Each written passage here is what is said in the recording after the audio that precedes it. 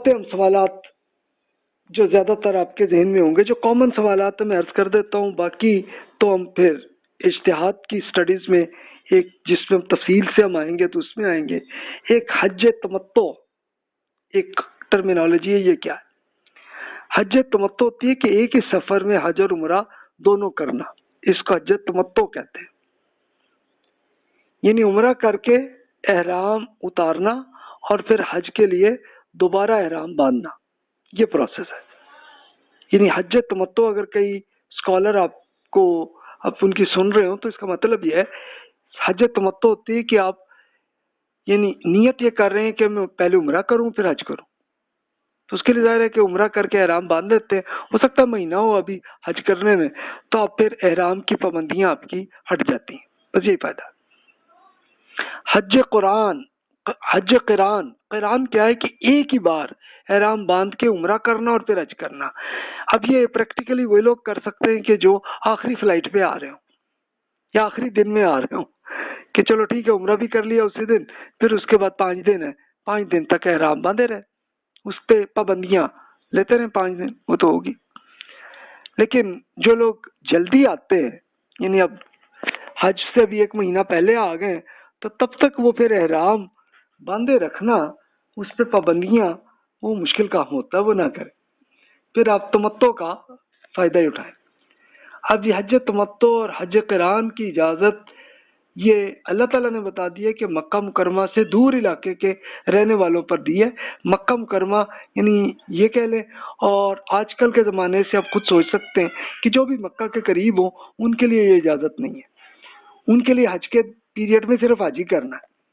عمرہ کرنا تو پھر کسی اور ٹائم کریں۔ تو اللہ تعالیٰ نے یہ اجازت صرف دور لوگوں کے لیے دی ہے۔ اب کتنا دور تو چلیں، اب کتنا دور اس کے لیے اجتہاد کی ضرورت ہے، تو میری یہ ہے کہ چلیں اور کچھ نہیں تو میقات کی رینج تک جو لوگ ہیں ان پہ تو پابندی ہے کہ وہ حج صرف حج ہی کریں، حج عمرہ نہ کریں۔ اور اس سے باہر کے جو ہے کہ جو دور سے آ رہے ہیں، چلیں 100 کلومیٹر تک تو رکھیں نا، اس سے دور سے کوئی آ رہے ہیں تو چلو ٹھیک ہے، پھر عمرے کا بھی فائدہ اٹھا لیں، حج بھی کر لیں، اور اسی پہ کرنے کے لیے قربانی کی جاتی ہے۔ یعنی آپ اصل میں یہ جو فائدہ اٹھا رہے ہیں کہ ایک ہی سفر میں عمرہ بھی کر رہے ہیں، حج بھی کر رہے ہیں، تو اللہ تعالیٰ نے یہ ایک پینلٹی رکھی ہے کہ بھئی اس پہ آپ قربانی کریں۔ تو یہ قربانی عام طور پہ پریکٹیکلی جو آپ کرتے ہیں وہ اسی لیے کرتے ہیں، لیکن پہلے زمانے میں یہ ہوتا تھا کہ صرف حج کر کے آ رہے ہیں تو اس کے لیے بھی وہ اپنے جانور لاتے تھے اور قربانی کرتے تھے۔ تو اب آپ صرف حج ہی کر رہے ہیں، عمرہ نہیں کر رہے، صرف حج کر رہے ہیں، تو صرف حج کریں تو قربانی آپ کے لیے پھر بھی نفل ہے، وہ کر لیں، نہیں کر سکتے تو چلو آپ کی مرضی، پھر آپ پیمنٹ نہ کریں، اور اگر آپ کے لیے فنڈ ہے اتنا تو پھر آپ کر لیں کہ ایک نفل قربانی آپ کر لیں۔ پھر اب یہ آتا ہے کہ اب آپ مکہ مکرمہ جا کے خانہ کعبہ پہ طواف کریں تو اس کو طواف افادہ کہلاتے ہیں۔ یعنی افادہ اگر 8 ذوالحج کو صفا اور مروہ کی صحیح نہ کی جا سکتی ہو تو آپ کر لیں بھائی۔ یعنی 8 ذوالحج کو آپ آئے نا کہ ابھی آپ جسٹ انٹر ہوئے ہیں مکہ میں، تو آپ صفا مروہ کر لیں، اگر پریکٹیکلی نہیں کر پا رہے تو بعد میں کر لیں، کہ وہ بھی ایک نفل کام ہے آپ کے لیے۔ پھر آپ کا 10th 11th 12th ذوالحج میں کسی بھی دن آپ یہ آپشن یہ ایک جو پہلے آپ نے پہلی بار آ کے جو آپ نے طواف کیا تھا وہ تو آپ کا تھا ہی پہنچنے کا، لیکن اصل فرض طواف افادہ جو ہے یہ 10 11 12 میں سے کسی ایک دن جب بھی پریکٹیکلی آپ کر لیں، یہ فرض ہے آپ پہ۔ اور اس سے پہلے جو آپ پہلی انٹری پہ جو کر رہے تھے وہ نفل تھا، لیکن یہ فرض ہے، یہ لازمی ہے۔ پھر طواف کر کے آپ مینا پہ آتے ہیں، آپ پھر یہاں پہ تینوں جمرات پہ جو 7 کنکریاں آپ مارتے ہیں، ذرا کنکری کریں، زیادہ کوئی بڑا پتھر نہ ماریں، ورنہ آپ کو ہی مصیبت ہوگی کہ آپ اتنا بڑا اٹھا کے کھا لے جائیں گے، کیونکہ پیدل ہی جا رہے ہیں نا آپ سارا۔ 10th 11th 12th ذوالحج کے ایام مینا میں گزاریں اور روزانہ تینوں جمعرات کو کنکریاں یہ آپ نے مارنی ہے. تو اس لیے اب ٹوٹل خود کر لیجئے کہ اچھا جناب 3 دن اگر آپ نے رہنا ہے تو جناب 3 دن کے لیے آپ خود کیلکولیٹ کر لیجئے کہ 7 into 3 تو آپ کا کتنا ہو جائے گا. تو یہ آپ کیلکولیٹ کر لیں, اتنا تو کم از کم رکھ لیں, لیکن اگر پوری فیملی جا رہی ہے تو ان کا بھی آپ کیلکولیٹ کر لیں. تو اتنی آپ کنکریاں رکھ لیں. تو عام طور پر لوگ مزدلفہ میں ہی لے لیتے ہوتے ہیں کہ وہاں پہ پتھر بہت عام ہوتے ہیں, تو رکھ لیتے ہیں, ٹھیک ہے, ورنہ پہلے ہی لے بیٹھے ہو تو تب بھی ٹھیک ہے آپ کے لیے. پھر 12 ذوالحج کو تینوں جمعرات پہ پھر کنکریاں ماریں, اور پھر سورج غروب ہونے سے قبل ہی مکہ مکرمہ, یعنی یہ مکہ مکرمہ سے مراد اب تو مینا بھی مکہ کے اندر ہی آ گیا اب تو سلسلہ. پھر آپ تشریف لے جائیے, آپ یہاں سے مکہ سے نکل جائیں. اگر آپ چاہیں تو 13 کو بھی آپ رک سکتے ہیں مینا تک, اور یہ زیادہ اچھا ہے کہ آپ ایک دن اور رہ رہے ہیں تو اور نفل اب وہ آپ اللہ تعالیٰ کی عبادت کرتے جائیں اور دعائیں کرتے جائیں. اس کے بعد پھر آخری الوداعی طواف ہے, وہ آخری کر لیں, یہ بھی نفل ہے, وہ آپ کر لیں تو حج آپ کا مکمل ہو گیا. اب آپ واپس جائیے, آپ جس شہر کے بھی ہیں جس ملک کے بھی ہیں چلے جائیں واپس. اچھا, اب ایک سوال یہ آتا ہے خواتین کے لیے کہ حج کے دوران اگر پیریڈ آ جائے تو کیا کریں. یہ ایک پرابلم ہے. ایام مخصوصہ جو ہوتے ہیں, یعنی پیریڈ اگر آ گیا خاتون کا, اس دن آ گیا کہ جب حج ہو رہا ہے. اچھا, اگر تو اور کوئی ٹائم ہوتا نا تو پھر تو کوئی ایشو نہیں. اب حج کا یہ خاص ٹائم ہے 10th 11th 12th, بلکہ اس میں ایڈ کر لیں 8 9 کو بھی آپ کر لیں. 8 9 10 11 12 5 دن ہے کم از کم, اور بیچ میں پیریڈ آ گئے تو اس میں مینا مزدلفہ عرفات میں کوئی پرابلم نہیں. یعنی دعائیں تو پھر بھی وہ کرتی جائیں, بس نماز نہیں پڑھیں گی, لیکن حج ان کا ہو گیا. اب پرابلم صرف ایک ہی آتی ہے, وہ آتی ہے یہ طواف مفادہ, کہ جو اب آپ نے حج کے دوران آپ نے طواف کرنا ہے تو اب حرم شریف میں تو اجازت نہیں ہے نا کہ آپ ناپاک حالت میں ہو تو اس میں آئے. تو خواتین عموماً یہ اس کا کرتے نہیں ہیں کہ بھی اپنا اسی لحاظ سے فلائٹ کو ایسے ایڈجسٹ کرتی رہی ہیں. تو پھر ٹھیک ہے کہ اگر ان کا وہ پیریڈ کا معاملہ آ گیا تو کوئی بات نہیں, پھر جب ختم ہو تو تب جا کے طواف افادہ کر لیں. اور آج کل کی ٹیکنالوجی میں تو اب خواتین یہ بھی کر لیتی ہیں کہ وہ ان پہ کچھ ایسی میڈیسنز یوز کر لیتی ہیں کہ اس میں سرے سے پیریڈ آتے ہی نہیں ہیں, تو وہ کر لیں, ٹھیک ہے جی. لیکن یہ پوچھ لیں ڈاکٹر سے کسی سے کہ بھی اس سے کوئی صحت ان کو مسئلہ تو نہیں آ رہا ہے اس سے, یہ ان سے پوچھ لیں, مجھے نہیں پتا اس کا, تو یہ آپ پوچھ سکتے ہیں اس کے. اچھا, اب اس کے لیے یہ آتا ہے کہ رسول اللہ صلی اللہ علیہ وسلم کے کیس میں ہوا تھا سیدہ عائشہ رضی اللہ عنہا کا معاملہ, کہ آپ عمرہ اور حج دونوں کرنا چاہ رہی تھیں, اسی نیت سے اب تشریف لائی تھیں, لیکن ہوا یہ کہ بیچ میں یہ پیریڈ آ گئے. اب سیدہ کا یہ تھا کہ وہ پھر بچوں کو پورا پڑھاتی ہوتی تھی, اس لیے ہمیں پتا چلا یہ پورا واقعہ. تو اب سیدہ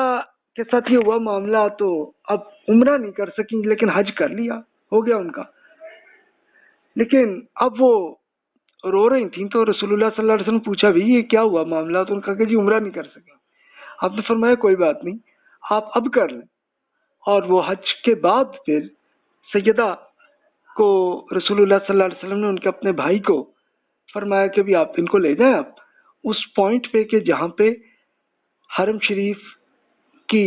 رینج جو شروع ہوتی ہے وہاں پہ جائیں, وہاں سے وہ احرام کی نیت کر کے اور آئے اور عمرہ کر لیں. اور سیدہ نے کیا. تو اب سیدہ جس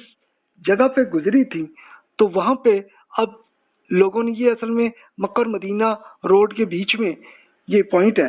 اور حرم شریف سے سب سے قریبی ہے 5 کلومیٹر ہی ہے, 5 تو نہیں شاید 6-7 کلومیٹر ہے. تو وہاں تک گئی تھی. تو اس پہ وہ جو مسجد بنی ہے اس کو مسجد عائشہ کہتے ہیں, کہ لوگ اب ہوتا یہی ہے کہ مکہ والے عام طور پر یہ کرتے ہیں کہ وہ مسجد عائشہ پہ ہی جاتے ہیں، وہاں سے وہ احرام باندھتے ہیں اور آ کے عمرہ کرتے ہیں۔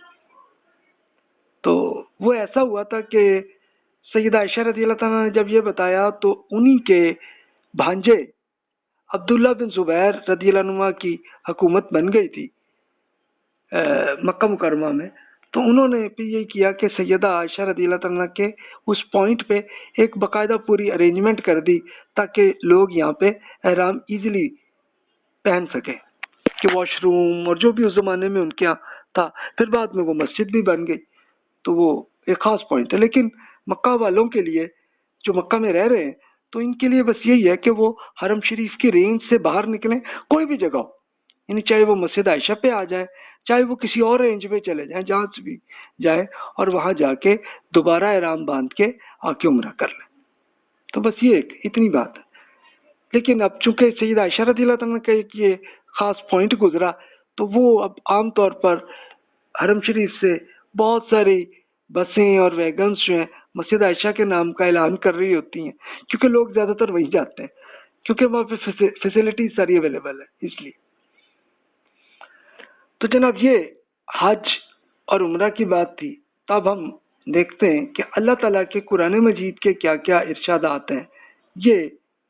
اسپیشلی کچھ کوشچنز ہوئے صحابہ کرام میں جب ان پہ حج کا حکم ہوا مدینہ منورہ میں، تو یہ آیات ہیں۔ تو اب ٹائم چونکہ کم ہے تو اس لیے آپ پلیز خود انہی آیات کو عربی میں آپ خود پڑھ لیں، میں اس کا صرف ترجمہ آپ کے سامنے عرض کر دیتا ہوں۔ یہ وہی باتیں جو میں نے کی ہیں، تو اللہ تعالیٰ نے یہ ارشاد فرمایا، حج اور عمرہ کی راہ اگر آپ کے لیے کھول دی جائے تو ان کے تمام مناسک یعنی طریقہ کار کے ساتھ ان کو اللہ تعالیٰ ہی کے لیے پورا کیجیے گا۔ پھر اگر راستے میں گھر جائیں اگر راستے میں، تو ہدیے کی جو قربانی بھی میسر ہو اسے پیش کر دیجئے، اور اپنے سر اس وقت تک نہ مونڈیں جب تک قربانی اپنی جگہ یعنی مکہ مکرمہ تک نہ پہنچ جائے۔ پھر جو آپ میں سے بیمار ہوں یا اس کے سر میں کوئی تکلیف ہو اور وہ قربانی سے پہلے ہی سر منڈوانے پر مجبور ہو جائے، تو اسے چاہیے کہ روزوں یا صدقے یا قربانی کی صورت میں اس کا فدیہ ادا کرے۔ پھر جب آپ کے لیے امن کی حالت پیدا ہو جائے تو جو کوئی اس سفر سے یہ فائدہ اٹھائے کہ حج کا زمانہ اٹھانے تک عمرہ بھی کر لے، تو اسے قربانی کرنا ہوگی جیسی بھی میسر ہو جائے۔ اگر قربانی میسر نہ ہو تو روزے رکھنا ہوں گے 3 دن حج کے زمانے میں اور 7 جب حج سے واپس آ جائے، یہ پورے 10 دن ہوئے۔ اس طریقے سے ایک ہی سفر میں حج کے ساتھ عمرے کی یہ رعایت صرف ان لوگوں کے لیے ہے کہ جن کے گھر مسجد الحرام کے پاس نہ ہو۔ اس کی پابندی کیجیے اور اللہ تعالیٰ سے وارننگ کر لیجیے اور خوب جان لیجیے کہ اللہ تعالیٰ سخت سزا دینے والا ہے۔ یعنی یہ اصل میں حج جب صحابہ کرام رضی اللہ تعالیٰ عنہ کو مدینہ منورہ میں جب حکم دیا کہ آپ حج کریں،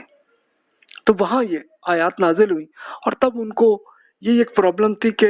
مکہ والے ابھی ایمان نہیں لائے تھے، اور وہ ان کے ساتھ جنگ ہو رہی تھی کہ بھی ہم حرم شریف پہ پہنچیں گے تو ہمیں روک دیں۔ تو اللہ تعالیٰ نے کہا کہ بھی پھر کوئی پرابلم نہیں ہے، اگر آپ قربانی کے لیے کوئی جانور لائیں ہیں تو وہیں پہ قربان کر دیں، اور پھر اس کے لیے یہ جو بھی لوگ ہوں ان کو کہیں کہ بھائی آپ وہیں کے لوگوں کو آپ مکہ تک پہنچا دیں، بس دیٹس اتنا ہی۔ اچھا، مدینہ سے مکہ تک آنے میں میقات میں ایک یہ پرابلم تھی نا کہ آپ سر کوئی بال کٹوا نہیں سکتے اور منڈوا نہیں سکتے جب تک احرام ختم نہ ہو، اور وہ قربانی تک کی لمٹ تھی۔ تو اس میں فرمایا کہ اگر آپ کوئی بیمار ہیں اور اس کے لیے آپ کو کوئی مجبوری ایسی آ گئی ہے، کوئی خارش یا کوئی اور ایسی ہوگی نا کہ جس سے ان کو سر منڈوانے پڑ جائیں، تو کر لو۔ تو پھر یہ کر لو کہ اس کے کچھ پینلٹی اس کے لیے کر دی کہ یا تو قربانی کر لیں یا کوئی صدقہ یعنی کچھ کیش کچھ فنڈ جو ہے کسی غریب لوگوں کو آپ دے دیں یا روزہ کر لیں، جو بھی آپ کے لیے بس میں ہو۔ اب ظاہر ہے کہ پریکٹیکلی ہمیں اتنا نہیں ہوتا، لیکن پھر بھی چلے آپ اگر 5 دن حج کے ہیں اور آپ کو یہ پرابلم آ جائے کہ سر آپ کو پہلے ہی منڈوانا پڑ جائے، یہ 3 دن میں کرنا پڑتا آپ کو، یعنی 8 ذوالحج کو آپ کو حج شروع کرنا ہے اور 10 کو تو قربانی ہوتی ہے، آپ اس کے بعد سر منڈوا دیتے ہیں یا کٹوا سکتے ہیں کٹوا لیتے ہیں آپ اس ٹائم تو بھائی ٹھیک ہے، وہ 3 دن تک تو کوئی پرابلم نہیں ہے آپ. لیکن یہ آخری بات تو ہمارے لیے ہے کہ اللہ تعالیٰ نے ہمارے لیے یہ آپشن دے دی کہ ٹھیک ہے بھائی، اگر ایک ہی سفر میں تم حج اور عمرہ کرنا چاہ رہے ہو تو کر لو، لیکن پھر قربانی ضرور کرو. اور اگر قربانی نہیں کر سکتے تو پھر روزے، اور روزے کر دیے 10 روزے 10 دن کے. فرمایا کہ 3 دن تو اسی وقت جب آپ حج کے ساتھ ہی آپ کریں، اور پھر 7 دن جو ہیں وہ گھر جا کے کریں. تو یہ ایک پینلٹی کے طور پہ کر دیا. یعنی پینلٹی کیا، اللہ تعالیٰ پینلٹی بھی ایسی کر دیتے ہیں جو عبادت کا حصہ بنتی ہیں. پھر مزید دیکھیں اور کیا ارشاد ہوا. حج کے طے شدہ مہینے کے کنفرم مہینے، سو ان میں سے جو شخص بھی احرام باندھ کر حج کا ارادہ کر لے، اسے پھر حج کے اس زمانے میں نہ کوئی سیکس کی بات کرنی ہے، نہ خدا کی نافرمانی کی، اور نہ لڑائی جھگڑے کی کوئی بات اس سے سرزد ہونی چاہیے. اور یاد رہے کہ جو نیکی بھی آپ کریں گے اللہ تعالیٰ اسے جانتا ہے، یعنی آپ کو پورا بینیفٹ مل رہا ہے. آپ کو حج کے اس سفر میں تقویٰ کا زاد راہ لے کر نکلیں، اس لیے کہ بہترین زاد راہ یہی تقویٰ کا سامان ہے. اس کے لیے عقل والو مجھ سے خبردار رہیے. اس کے ساتھ البتہ آپ پر کوئی حرج نہیں ہے کہ اپنے رب کا فضل، یعنی اپنا کوئی فائنینشیل فنڈ کوئی تلاش کیجئے، لیکن یاد رہے کہ مزدلفہ کوئی کھیل تماشے اور بزنس کی کوئی جگہ نہیں ہے. اس لیے جب عرفات سے چلیں تو پھر مشعر حرام یعنی مزدلفہ کے پاس اللہ تعالیٰ کو یاد کر لیجئے، اور اس کو اسی طرح یاد کریں جس طرح اس نے آپ کو ہدایت فرمائی ہے. اور اس سے پہلے تو بلا شبہ آپ لوگ گمراہوں میں سے تھے. اب یہ تھا کہ رسول اللہ صلی اللہ علیہ وسلم کے زمانے کا یہ معاملہ تھا کہ 4 مہینے ایسے تھے جس میں 3 مہینے حج کے ہوتے تھے، اور ایک عمرے کے لیے بھی ایک تھا کہ یہ 4 مہینے ابراہیم علیہ السلام سے یہ ابھی تک یہ سنت تھی کہ اس میں جنگ نہیں ہونی. اور لوگ اگرچہ وہ شرک بھی انہوں نے کر لیا سب کچھ، لیکن پھر بھی ان 4 مہینوں پہ عمل کرتے تھے کہ جنگ نہیں ہوتی تھی، تو اسی میں بزنس ہوتا تھا. تو اس لیے اللہ تعالیٰ نے اجازت دے دی کہ ٹھیک ہے بھی تم حج کرنے جا رہے ہو 4 مہینے ہیں تو ٹھیک ہے کچھ اس میں تم کر لو، اگر کچھ سیل کرنی ہے پرچیز کرنی ہے کر لو، لیکن اس کو فوکس نہ کرو. یعنی فوکس جو ہے آپ کا اللہ تعالیٰ کے لیے ہو. اور خاص طور پہ جب آپ عرفات سے جب آپ چلیں گے اور پھر آپ مزدلفہ میں آپ پہنچیں گے تو اللہ تعالیٰ کو یاد کریں. اور یہ مراد یہ ہے کہ بھی اللہ تعالیٰ کو یاد کرتے چلے جائیں پورے حج کے دوران. فوکس اس پہ ہو، یعنی یہ نہ ہو کہ آپ کی نیت یہ بنی ہو کہ جناب میں تو بزنس کے لیے آیا ہوں، تو پھر حج نہ کریں، پھر بزنس ہی کریں نا اب اپنا. تو یہ اور یہ احرام میں جو پابندیاں ہیں وہی ہیں کہ جو آپ کو کر دی گئی، جس میں یہ بتایا گیا کہ تقویٰ آپ کا زیادہ راہ ہونا چاہیے. تقویٰ کیا ہے کہ وہ یہ احتیاط کرنے کی کہ برائیاں نہیں کرنی، یہ تقویٰ ہے. یہ کر لیں تو بس دیٹس گڈ، پھر آپ کا حج پریکٹیکلی ہو گیا. پھر مزید ارشاد ہوا، پھر یہ بھی ضروری ہے کہ جہاں سے اور سب لوگ عرفات سے واپس پلٹتے ہیں، آپ بھی اہل قریش جنہوں نے عرفات جانا چھوڑ دیا تھا وہیں عرفات جا کر وہاں سے واپس چلیں اور اللہ تعالیٰ سے مغفرت کی دعا کریں. یقیناً اللہ تعالیٰ بخشنے والا، اس کی شفقت ہمیشہ کے لیے. یہ اصل میں ایک بدعت اہل قریش نے بنا لی تھی کہ جناب ہم لوگوں پہ عرفات تک جانے کی ضرورت نہیں ہے، ہم تو بڑے جناب ہم تو حرم شریف کے رہنے والے ہیں. تو یہ ایک سمجھ لیں کہ انہوں نے اپنی ایک طرح کی ایک مارکیٹنگ کا ایک طریقہ بنایا ہوا تھا. تو اللہ تعالیٰ نے اس کے لیے ان پہ بھی پابندی کر دی. اس کے لیے آپ یہ دیکھیے کہ ایک صحابی ان کو یاد آیا کہ ابھی رسول اللہ صلی اللہ علیہ وسلم پہ ابھی نبوت کا سلسلہ شروع نہیں ہوا تھا، اس سے پہلے آپ نوجوان تھے تو آپ اس ٹائم بھی حج کر رہے تھے. تو اب یہ جو صحابی تھے ان کا یہ معاملہ ہوا تھا کہ وہ یہ اہل قریش کی طرح عرفات تک نہیں جاتے تھے، لیکن ہوا یہ کہ ان کا اونٹ نکل کے بھاگ گیا. تو اب اس کو ڈھونڈتے ڈھونڈتے عرفات تک پہنچے تو انہوں نے دیکھا کہ یار یہ اہل قریش والے تو نہیں آتے، تو یہ لڑکے جو ہیں یہ یہاں کہاں آئے ہوئے، اور یہ لڑکا یعنی محمد رسول اللہ صلی اللہ علیہ وسلم یہ کہاں سے آ گئے. تو بڑے حیران ہوئے، ان سے پوچھا بھی آپ یہاں کیسے آ گئے. آپ نے فرمایا کہ بھی اللہ تعالیٰ کا حکم یہی ہے جو ابراہیم علیہ السلام کی جو دین کا حکم ہے تو وہ یہی ہے، تو اس لیے میں اس پہ اچھا وہ خیر بھول گئے اس کے بعد وہ تو پھر جب وہ نبوت کا سلسلہ ہوا اور پھر ان پہ ایمان آیا، وہ ایمان لائے، تب ان کو یاد آیا کہ دیکھیں رسول اللہ صلی اللہ علیہ وسلم نے نبوت سے پہلے بھی اللہ تعالیٰ کی جو دینی احکامات شریعت کے اسی پہ ہی عمل کیا تھا۔ اس سے آپ امیجن کریں کہ قریش کے لوگوں نے جو غلط حرکتیں ایجاد کی ہوئی تھی اس کو پھر رسول اللہ صلی اللہ علیہ وسلم نے تب بھی چھوڑ دیا تھا۔ اچھا پھر مزید کیا حکم ہے؟ پھر یہ ہوا کہ اور یہ بھی کہ اس کے بعد جب اپنے حج کے مناسک سے مراد کہ وہ جو پروسیجر ہے وہ پورے کر لیں تو جس طرح پہلے اپنے باپ دادا کو یاد کرتے رہتے تھے اسی طرح اللہ تعالیٰ کو یاد کیجئے، بلکہ اس سے بھی زیادہ۔ یہ اللہ تعالیٰ سے مانگنے کا موقع ہے، مگر لوگوں میں سے ایسے بھی ہیں کہ وہ اس موقع پہ بھی یہی کہتے ہیں اے رب ہمیں جو کچھ دینا ہے اسی دنیا میں دے دے، اور اس کا نتیجہ یہ نکلتا ہے کہ پھر آخرت میں ان کا کچھ حصہ نہیں ہوتا۔ یعنی اب یہ نیت کو بھی درست اللہ تعالیٰ نے بتایا کہ بھی یہ اپنی ٹھیک کرو۔ اب اس میں دیکھیے کہ لوگوں نے یہ کیا ہوا تھا کہ وہ آ جا کے عرفات میں بیٹھ کے اور کچھ نہیں ایک میلے کی طرح بیٹھ کے اور اپنے اپنے قبیلے کے بڑے بڑے لیڈرز کی جناب انہی کی مارکیٹنگ کرتے ہوتے تھے۔ تو اللہ تعالیٰ نے روک دیا کہ بھی یہ نہ کرو، بلکہ اللہ تعالیٰ کو یاد کرو اس میں، بس یہی مقصد ہے اس میں۔ اچھا پھر مزید ارشاد ہوا اور ان میں ایسے بھی ہیں کہ جن کی دعا یہ ہوتی ہے اے رب ہمیں دنیا میں بھی بھلائی عطا فرما اور آخرت میں بھی، اور ہمیں آگ کے عذاب سے بچا لے۔ یہ آپ کو یاد ہوگی، ربنا آتینا فی الدنیا حسنۃ وفی الآخرۃ حسنۃ وقنا عذاب النار، کہ بھی بندے